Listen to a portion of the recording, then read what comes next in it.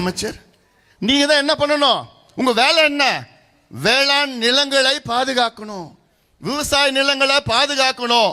ஆனா இவர் என்ன பண்றாரு? இங்க இருக்கிற விவசாய நிலங்களை அச்சுறுத்தி காவல்துறையை ஏவி விட்டு, அங்க இருக்கிற அதிகாரிகளை ஏவி விட்டு உங்க நிலத்தெல்லாம் புடுங்கி என்எல்சி கிட்ட கொடுக்கிறார். ஸ்டாலின் மத்திய அரசுக்கு எதிராக எவ்வளோ நான் மத்திய அரசுக்கு எதிரானவன்னு சொல்ற ஸ்டாலின் அவர்கள் இந்த என்எல்சி விவகாரத்தில் மட்டும் 2 பேரும் கூட்டு பண்ணிட்டு இருக்காங்க. ஏன் என்ன கணக்கு? ஏன் என்ன கணக்கு? டப்பு டப்பு, வேற என்ன? உங்களை பத்தி கவலையே இல்லை.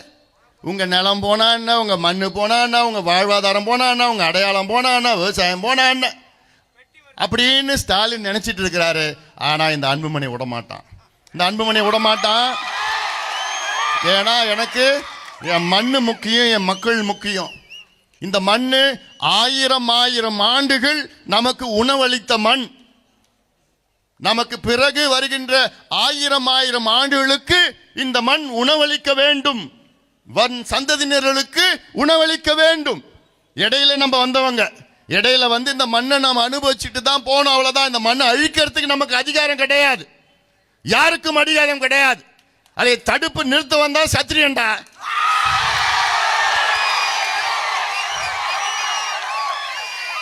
அதான் நம்ம வேலை, அதான் நம்ம வேலை.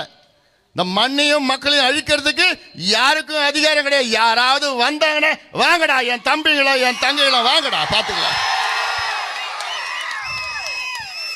அதனாலதான் நான் சொல்றேன், இந்த தேர்தல் மிக முக்கியமான தேர்தல். திமுகவுக்கு ஒரு ஓட்டு கூட போடக்கூடாது.